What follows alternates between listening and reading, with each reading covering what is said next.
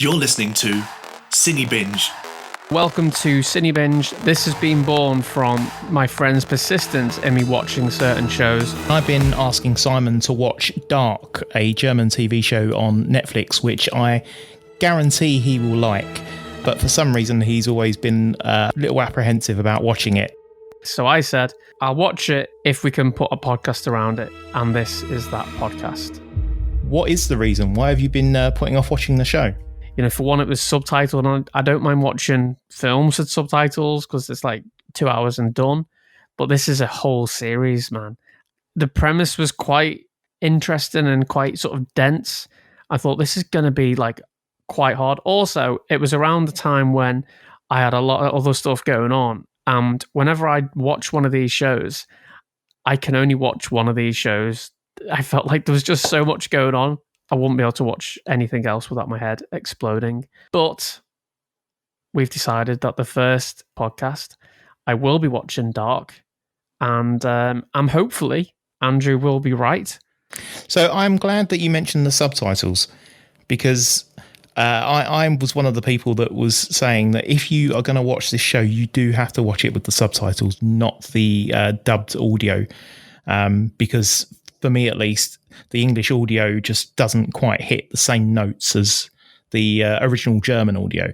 So I'm glad that you're planning to watch this with the subtitles rather than the audio. The reason that I actually started watching Dark in the first place is because people were saying that there were some similarities with Stranger Things. Now, having watched the show, I can see why they may be thinking that, but I actually think that there are more similarities with Lost. Now, the reason I mention Lost is because I know Simon is a massive fan of Lost and has watched it more than once, and may well be the subject of a future Cinebinge season. But for now, we're talking about Dark, and I'm hoping that he will see the same similarities that I have along the way. And if not, we'll talk about them. Andrew's very good at getting me to do things. He kind of knows how my brain works. And just to give you an example, just before lockdown started, or no, it might have been just after lockdown started, I said, for sort of a joke, I'm going to live stream my reaction to watching the movie Cats, right? And I did this. And Andrew was the first person to come in this live stream, and he said these words. He said, I bet you don't last 10 minutes, okay? So if anyone challenges me like that, I will have to prove them wrong. It's just in my nature. It's just how I am. So I sat there, and I watched it, and as I'm watching this, I thought, I'm not going to look at how long's left. I'm not going to look at the running time. I'm not going to look at like how long's left on the little timer on the bottom. I'm just going to watch it because that way this thing's going to finish. And there's been about 12 songs and I hadn't looked at the clock, hadn't looked at the running time. I thought, this is nearly finished. It has to have nearly been finished. And a few more songs go past. And then I thought, I'm going to have to look at the clock because it's starting to like really get to me. And I looked at the clock and it was about 20 minutes in. And I thought, oh, this is fun. So I carried on watching it, watched the whole thing, it finished. And then at the end of the stream, Andrew comes back into the live stream, right? And he says, I knew if I told you that you wouldn't watch all of this, you would watch all of this. Ha, ha, ha. So I ended up watching the whole of Cats because he challenged me. So he does know how my mind works. So him saying it is as good as Lost or it's like Lost, to me, that is like, okay, that's a pretty big accusation to make. Now, I've watched the first episode and I can see how the Stranger Things connection is, or a comparison is there, because it does feel very like Stranger Things. The aesthetic to it looks similar to Stranger Things.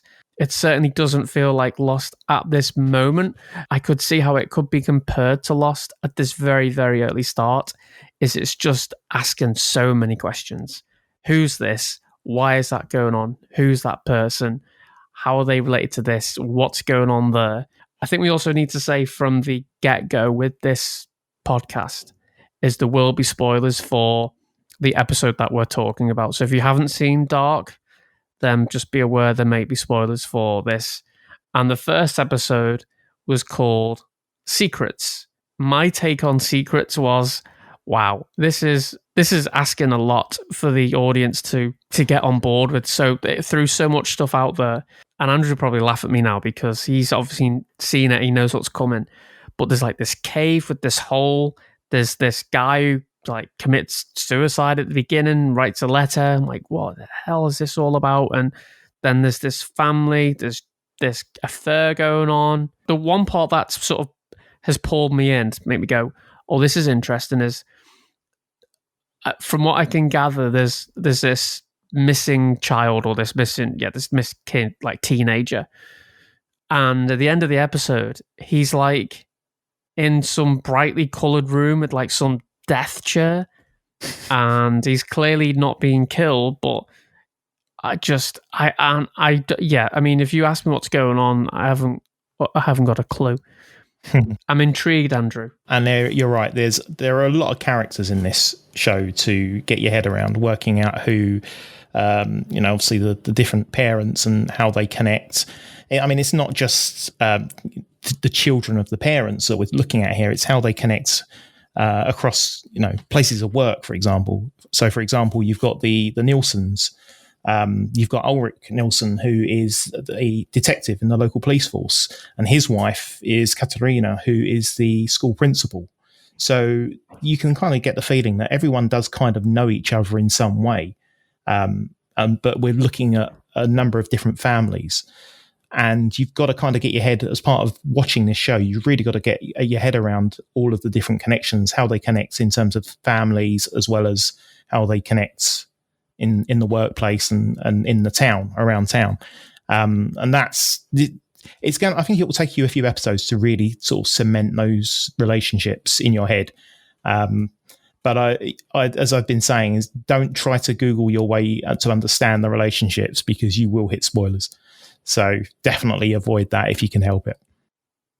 Yeah, I'm not going to be Googling this at all. And you're right. The episode, obviously being called Secrets, it opens up with lots of secrets all over the shop.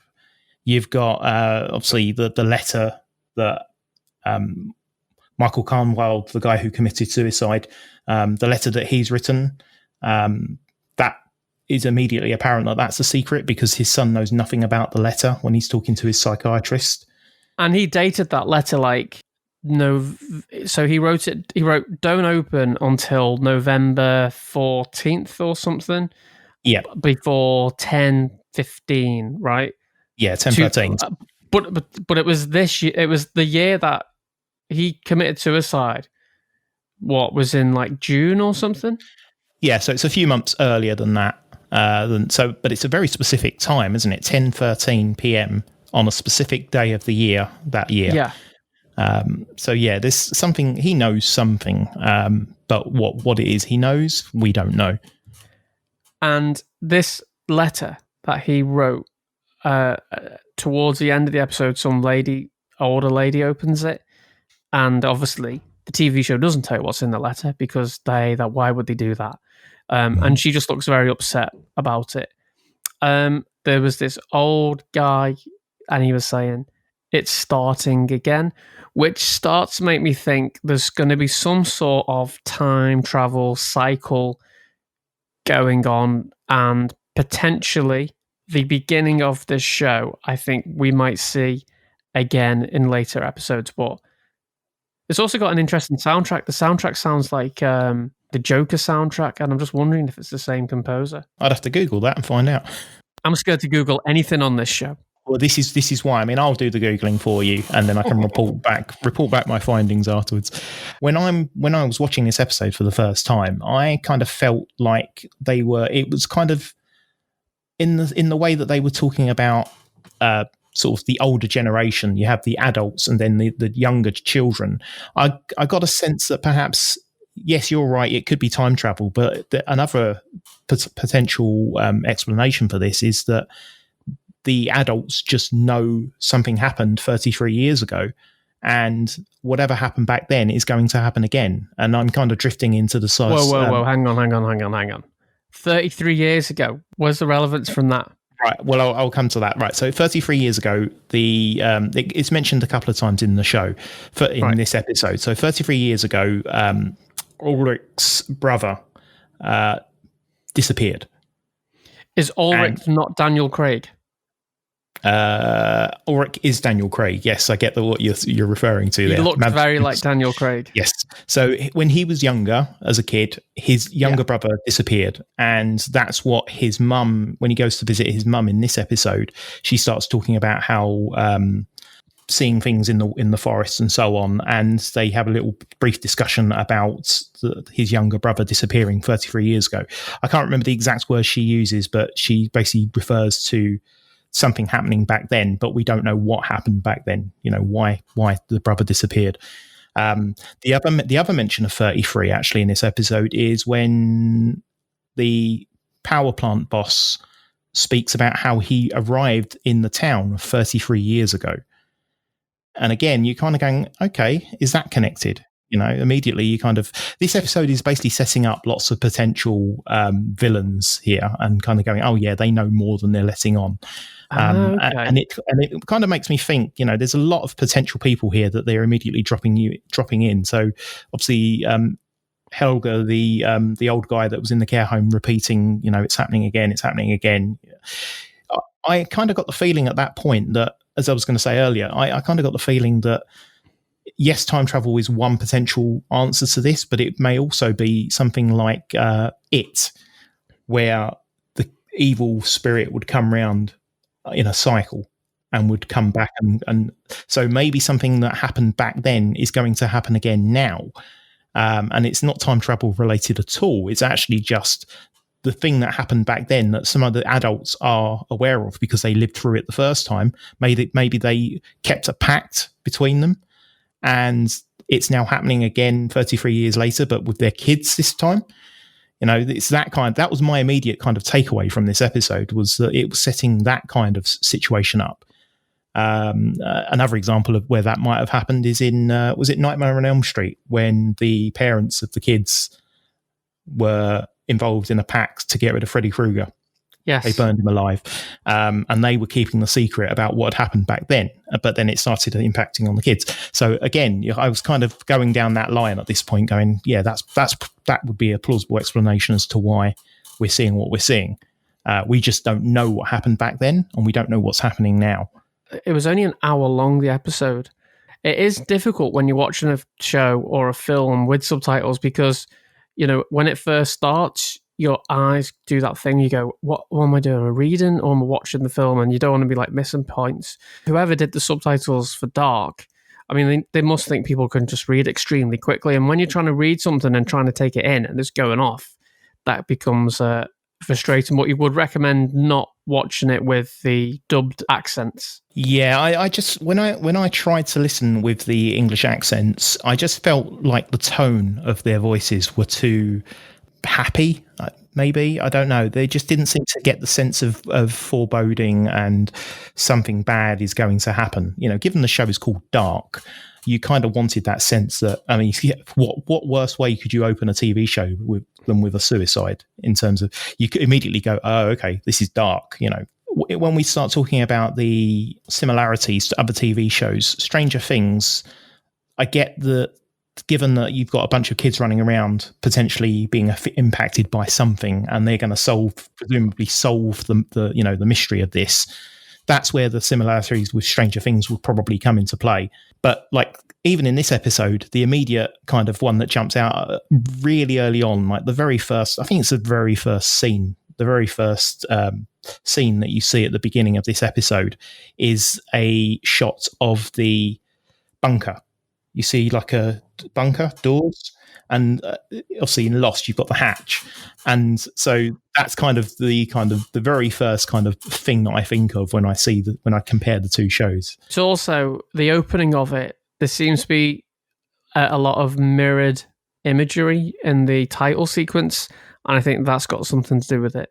And also the guy who kills himself at the beginning, I don't think he's dead. I think he was doing that to go somewhere else, maybe. I don't fully know, but it was almost in a way like And if you've not seen Lost, then there's going to be lots of comparisons to Lost, because this show is supposed to be like Lost. But how Desmond could go to places, and I got that sort of vibe from that guy. But then also, towards the end of this episode, I think he appeared in like a scary sort of dark demon-y type way. So well, maybe it's not quite like that then. It does very well at setting things up and asking questions, but it's not like just put it on and eat popcorn and, just let it fly over you. It's not that type of show at all. You have to sit and like dissect everything that's going on the screen, which I love that type of show. But at the same time, it was difficult to like jump into. Yeah, I would agree that this is a show that you've really got to pay attention to, particularly with episodes like this, where there's a lot of exposition, where you've really got to pay attention to what's going on with the characters, with the backstory that they're talking about. Like, for example, the younger brother disappearing 33 years ago. There's a lot to take in around each character. And so you can't just have this on in the background while you're, doing something else and then glancing up occasionally to see what's happening on screen. It would not... You would not catch half the things that are going on in this. And it takes a brave move. It introduces so many new characters like straight away. And not many shows like they do that. They would maybe spend an episode where they introduce the main characters, and then the following episode you'll be with a load of other new characters, and then they build it up. Whereas this show, it just feels like they just throw them all in at the beginning, and like, you just gotta get on board with this, and we're not going to dumb this show down, and it's up to you to pay attention. Yeah, and that definitely follows through for the rest of the series. There's a lot it was not so much about characters, like dropping new characters every single episode, but I'm just thinking in terms of how it expects you to. It touches on a lot of themes. There's a lot of classic literature and science quotes and so on that are dropped into this show throughout the show. There's certain principles that will keep repeating, certain themes that will keep repeating. You may not always catch them first time around, and obviously I'm watching this for, say, the third time now, and I'm still catching stuff in this episode that I didn't catch the first and second time around. So yeah, it's worth persevering with, but you do have to keep your wits about you while you're watching it and really pay attention to the details. What advice would you give to me then while I'm watching this show to get the most out of it? Don't Google. Don't Google. Whatever you do, don't Google. Even if it means having to rewatch an episode and map out who is who until you're clear who is who. And if you don't know who someone is, then just put a question mark down against them. Not every person in this episode got given a name. Not every person in this episode was given a relationship with other people in this episode. So I'm pretty sure it won't give anything major away if I say, for example, that the power plant owner is actually the husband of Regina Tiedemann, the hotel owner. So, Bartos, the friend who is going out with Marta? Yeah. Right, so he is their son. And the relationship between Regina Tiedemann and... Do we know Bartos, that at this point?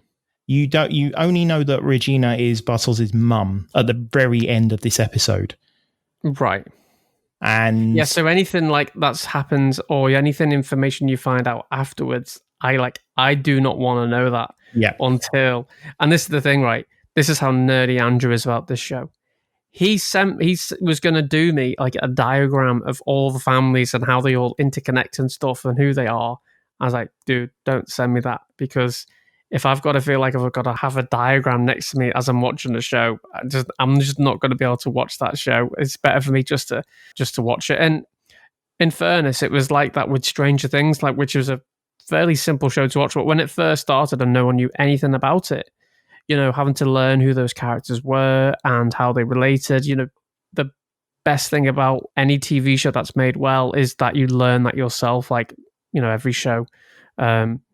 House of Cards was another show where that took a long time for me to get into because it was so complex with the different politics that was going on and the different, it used terminology that just isn't, used every day and is certainly I'm not used to. but once you got used to it and then you grasped it, it was great. So I think it'll be the same with this show. I was tempted though to wait for the American remake of Dark. I don't think you should. I don't think it would. Again, it comes down to tone. I just don't think an American version would get it right. Going right back to the beginning of this episode was called Secrets. And I mean, we've only really touched on a handful of the secrets that are in this episode. So as we sort of spoke about the letter, presumably a suicide note, but we don't know for sure. Something is obviously in that letter that upset the old lady. I didn't think it was a suicide note.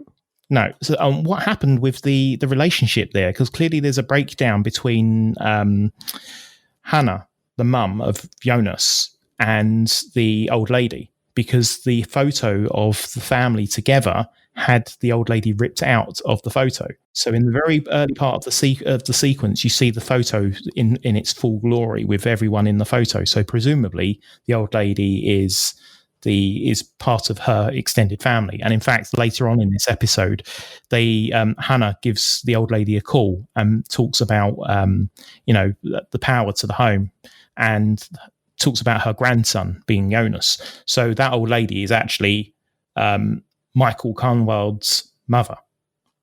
Do we know that? Yes, in this episode, the fact that Hannah calls her, leaves a voice message on her phone saying, the power's out, if you really want us out of the house, what would Michael think? Or I forget what else she says, but and specifically mentions Jonas. You haven't spoken to him for ages and so on. So although it's not explicitly stated, it's quite clear that it's Michael's mother or somebody connected to Michael. That's why she's ended up with the letter. How she got the letter, who knows? Because who even stumbled upon the death scene? Who discovered Michael Carnwald? There's a whole bunch of questions around how she ended up with that letter, because Jonas doesn't know anything about it. Is Jonas the kid in the yellow jacket? Yes. That's his dad who committed suicide. He knows that it was his dad that committed suicide, but he doesn't know why he committed suicide. Right. Because when he's walking to presumably school and he's talking to Peter Doppler, his psychiatrist, and he mentions two of the things that he mentions is, I keep seeing my dad. And Peter says, what, in your dreams? And he leaves it open-ended. He doesn't say where he sees his dad. He just says he keeps seeing his dad. Now, is that like visions during the daytime? Is that why he's on medication? But he then says, or the psychiatrist then says to him, what is it? Why do you think you keep seeing him? Is it something that he needs, you want him to say to you, or do you want to say something to your dad? And then he goes off on a bit of a rant and says, why did he do it? Why did he kill himself? Why like that? And so on. So clearly he doesn't know. Either there was a suicide note that he's never seen, or there was no suicide note at all. We don't know. We presume that letter that the mother has, or the presumably Michael's mother, is a suicide note. But perhaps there's something in there that talks about why he did it. We don't know. There's a little boy who goes missing, and this is where there's another similarity to Stranger Things, because that shows about a kid that goes missing. But when they find the body, they say this isn't the kid, and it didn't really allude to why. I thought, well, that body isn't a human. It looks like a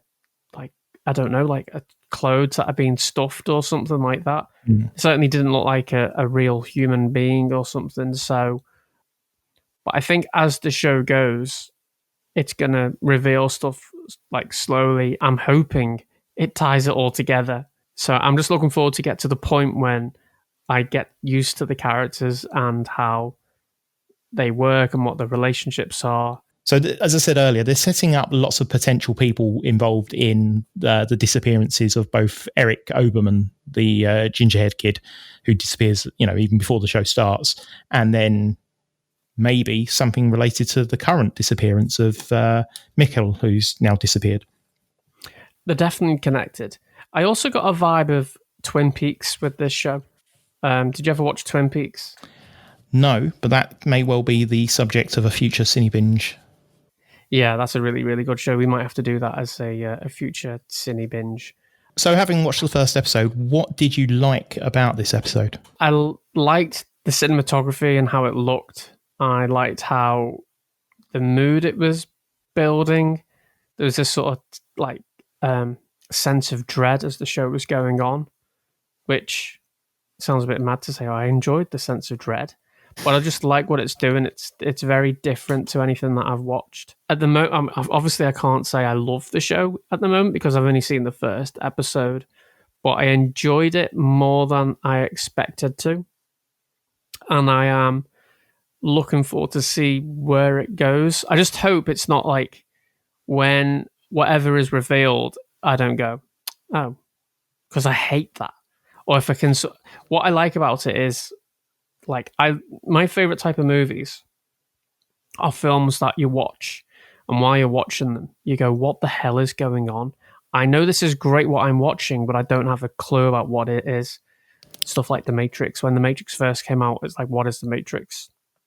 And Memento as well. Yeah, and you're watching it going, what is this about? Like, or Inception or something like that. And then it isn't till literally the end you go, wow. And then it makes you go, I've got to watch that again because I love that. So that's what I'm hoping that this show will do. I think you will succeed. I think you will get that out of this show because, as I've said previously, the reason I wanted you to watch this was I had watched through the first and second season of this show, then ended up going back to watch season 1 again, and then season 2 again before I then watched season 3. And now I'm back on my third playthrough of this. And I really do think that it is the type of show where each time you watch it, you will just find something new to obsess over and go, oh my God, that's amazing. I didn't realize that little detail. But is there anything you didn't really, is there anything that would have put you off immediately if it wasn't for me pushing you and saying, no, stick with this?